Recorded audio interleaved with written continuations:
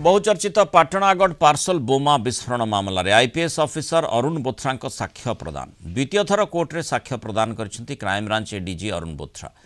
पूर्वर 59 जनक साक्ष्य ग्रहण करा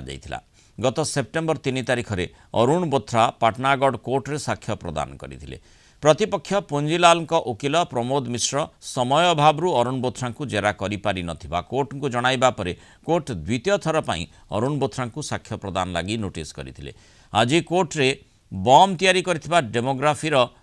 वीडियो प्रदर्शन करा जिबा परे अरुण बोथ्रा को साक्ष्य ग्रहण करथिले कोर्ट। 2018 मसीहा फेब्रुआरी 23 रे बलांगीर पाटणागढ़ रे पार्सल बोमा विस्फोरण होइतिला। एथिरे नवविवाहित सौम्यशेखर साहू एवं तांको जेजेमांकर मृत्यु होइतिला। विस्फोरण रे सौम्यशेखर पत्नी रीमामणि गुरुतर आहत होइतिले। एही मामला रे मुख्य अभियुक्त पुंजीलाल मेहर एबे जेल रे रहिछि। बोथ्रा जे वर्तमान एडिशनल डीजी अछन से ई केस रो इन्वेस्टिगेशन समय रे से गोटे विटनेस थिले वीडियोग्राफिक कन्वर्सेशन रो तो तांकर एविडेंस गला थर चीफ एग्जामिनेशन इन चीफ होता आज क्रॉस एग्जामिनेशन है आ बाकी जहाँ तथ्य कोर्ट अच्छे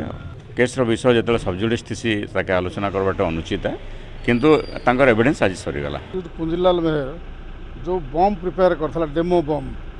डिस्क्लोजर स्टेटमेंट पर जो केमिति बम तैयारी हम से मटेरियल मागी दिखाई से डेमो बम प्रिपेयर करथला तार गोटे वीडियो रिकॉर्डिंग होता से वीडियो रिकॉर्डिंगटा डिस्प्ले हम कि नहीं कोर्ट में पिटिशन देइथलु तापर डिफेन्स ऑब्जेक्शन देइथला पिटिशन ऑब्जेक्शन हियरिंग करी कोर्ट ऑर्डर देले जे वीडियो रिकॉर्डिंगटा डिस्प्ले हो पारिबो एवं आज से रिकॉर्डिंगटा डिस्प्ले हैला वीडियो रे देखा गला हमर सेतबेलर आई जे अरुण बोथ्रा पाखे बसी पुंजीलाल मेहर केमिति बम तैयारी करछ सेटा कोर्ट देखिले एवं उभय पक्ष भी देखिले तापर साक्षी देले हमर अरुण बोथ्रा सर।